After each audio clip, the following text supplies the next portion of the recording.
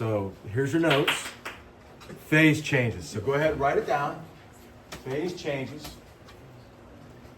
Now you see pictures of icebergs up here. Again, you guys are semi-experts on what I'm getting ready to talk about. You already know, common sense. Phase changes. I showed the two icebergs. Now look at this iceberg here.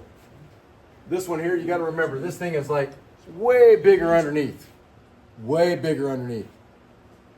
Way bigger underneath. And even when I was a little kid, they were talking about how to get water to southern Australia. And they were trying to come up with a scheme of towing icebergs from the South Pole up to the southern part of Australia. They knew they were going to lose some in the process, but that was one way to get fresh water. They still talk about that from time to time. They still talk about it from time to time.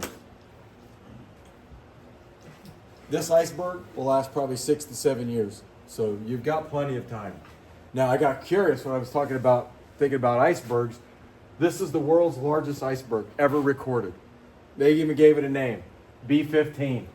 It was 4,250 square miles. Now, some of you don't know how big that is. You just know, wow, that's big. Check this out. Here's Indiana.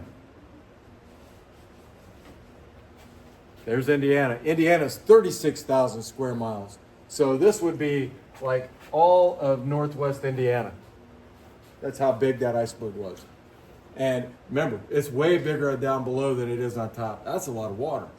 Now, that's fresh water. That's not salt water. That's fresh water. So you can melt it, you can drink it.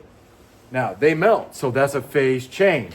And so one thing you got to remember, every phase change I'm getting ready to show you, it's reversible. Okay? And so you could go from one state to the other or reverse it and go back the other way. Any questions? Bam. Okay.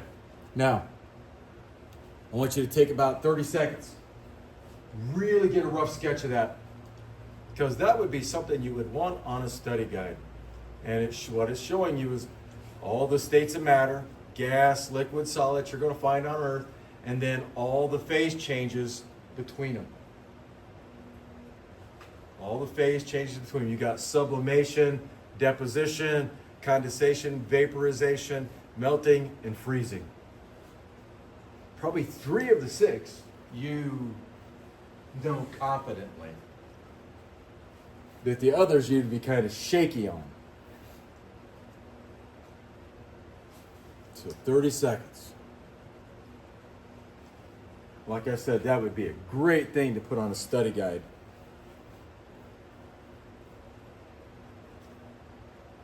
Now,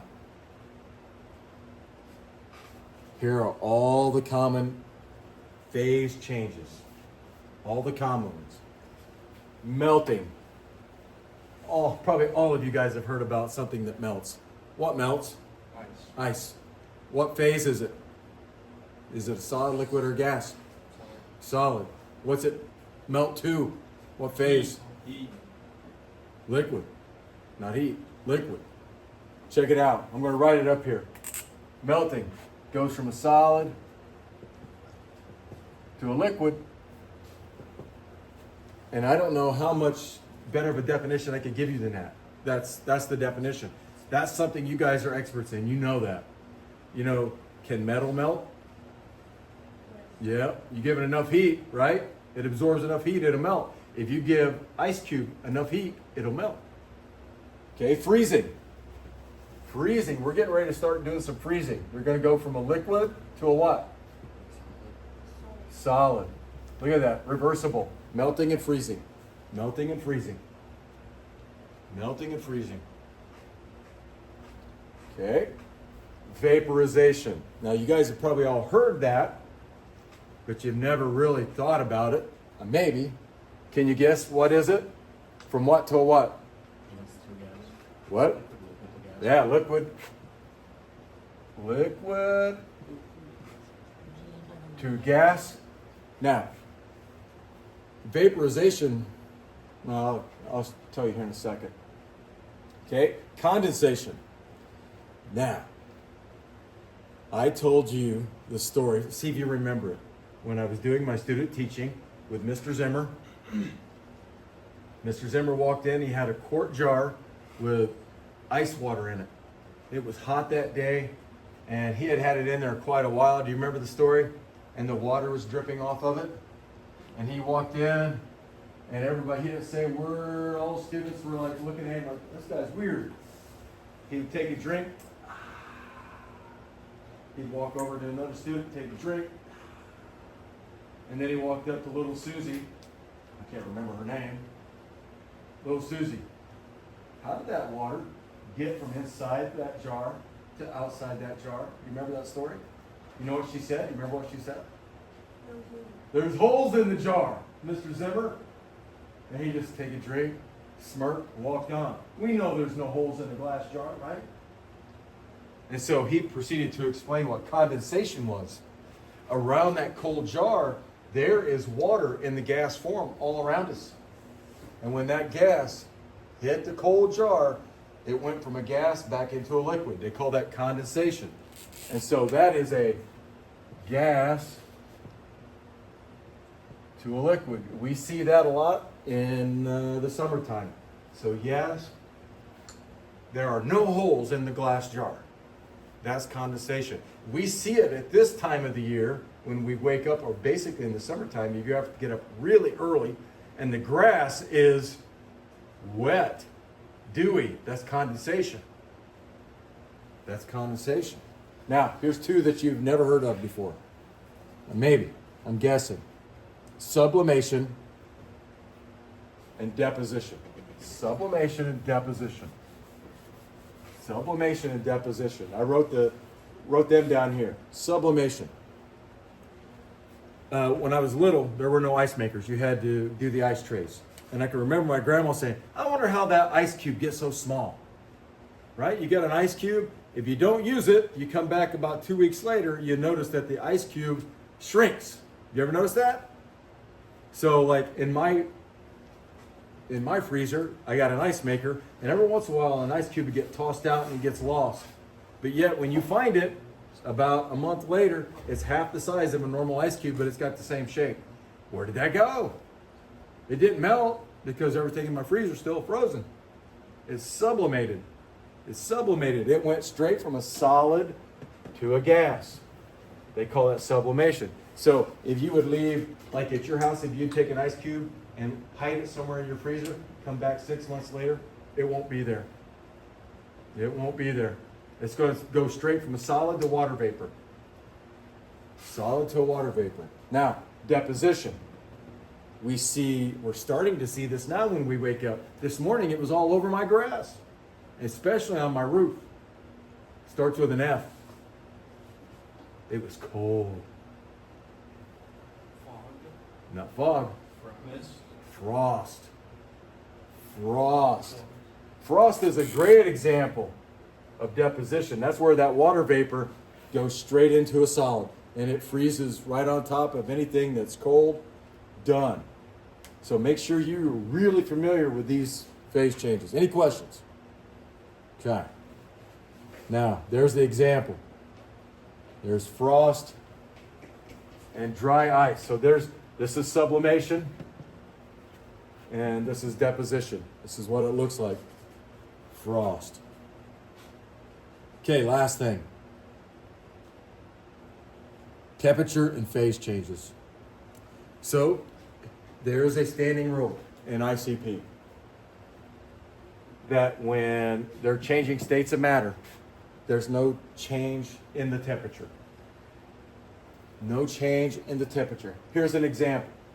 If I get a beaker full of ice, so here's all the ice cubes in there, and I have the thermometer down in there. What's the temperature of ice in Fahrenheit? 32. What temperature is it going to stay until the ice is gone? 32.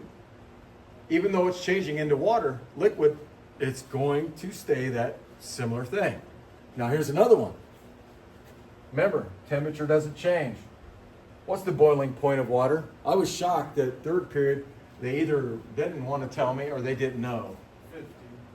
The boiling point of water? Yeah. 50 degrees? Nope, much hotter. 51. At least you guys are giving it a shot. 100 degrees Celsius, but the boiling point is 212 degrees Fahrenheit. So what that means is if you would boil water on a pot and have a thermometer in there, what's the hottest water can get? It can only get this high. Can it get 1,000 degrees? No. Because what happens at 212? It's no longer water. It vaporizes. So if you got your thermometer in here, it's going to say 212, 212, 212 until all the water is gone. No change in the temperature. Not at all. Okay? Now, if I have a puddle of water here, here's my puddle of water. What's water always doing? Starts with an E. Evaporating. You're giving it a shot.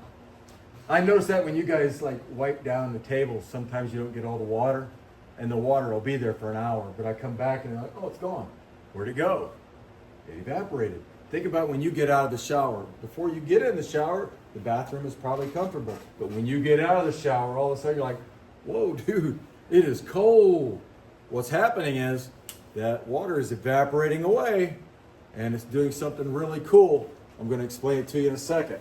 Now, vaporization takes a lot more energy. You got to add more heat. But evaporation, that's low temperature. Vaporization, you got to really add some heat to it. Okay? Last rule. Whenever there's a phase change, energy is going to be absorbed or it's going to be released. Whenever there's a phase change, there's going to be energy absorbed or energy released. Absorbed or released. End of discussion. There's nothing extra. There's no 4, 5, 6 things that can happen. It's either absorbed or released. Okay, rule. That's your last rule. Easy to know. Okay, now I'm going to give you 2 quick terms. Now remember in bio, we always got to think term. What'd we do? Remember that? We split it in half. Well, look, I already did it for you. Endo means in, and thermic means heat. So that would be something good that would go on a study guide. So endothermic just means a change where heat is moving in. Don't let the big word scare you. Split it, know what it is, you got it beat. Endothermic means a change where heat is moving in. Now, look at this ice sculpture. Now, if the temperature stayed 32 degrees the whole winter, remember, that ice is sublimating away. It would still be there probably at the end of the summer, but it wouldn't have the detail. But once it starts getting over 32 degrees, what's going to happen is that ice is going to start absorbing heat. What happens once it reaches 32 degrees, 33? It begins to melt. So melting ice, as an example, it's absorbing the heat from the surroundings, so it's got to melt. And then the same thing with the water on your skin. It's going to, as soon as you step out, it's going to absorb all the heat off your skin. It's going to, once it can't take anymore, it's going to zip off your skin, and it's going to leave a cool feeling on your skin. It's going to absorb all your heat. Think about it. In the summertime, footballers, man, they got the helmet on, and they take it off, and they're just dripping sweat. That sweat on them catches all the heat, and then it evaporates and takes the heat away. That's it. Mother Nature. That's a good example of it. Okay? Exothermic. Exo means out, so a change where heat is moving out of something. A phase change where heat is moving out of something. And in this case, it's freezing. Like you get water on you, it's moving heat out of you. Water holds heat. Water's one of the best. Here's another one, condensation. Condensation. That's 2 examples. Now you guys, you may know this, but we're not from Florida. So in northern Florida, they have all kinds of orange trees, lemon trees, grapefruit trees. And whenever they get below freezing down there, if they don't take care of it, it'll kill all the plants. Right? That's the state where the iguanas drop out of the trees and stuff. And what they do is in the orange groves, where the citrus grove, they got irrigators. And so when it gets below freezing, they'll kick on the sprinklers, because when the water touches the plant, it absorbs a lot of the heat, doesn't, kind of keeps them warm. And then once they stop, it freezes. And what happens is it will cover up the fruit and be like a little blanket, like an igloo. And it saves them. We don't have to worry about that around here. It gets so cold, that wouldn't even help. Okay? But that's another practical use of this one, where a change of state, because you're taking the heat out of something. Taking the heat out. Okay. That is it.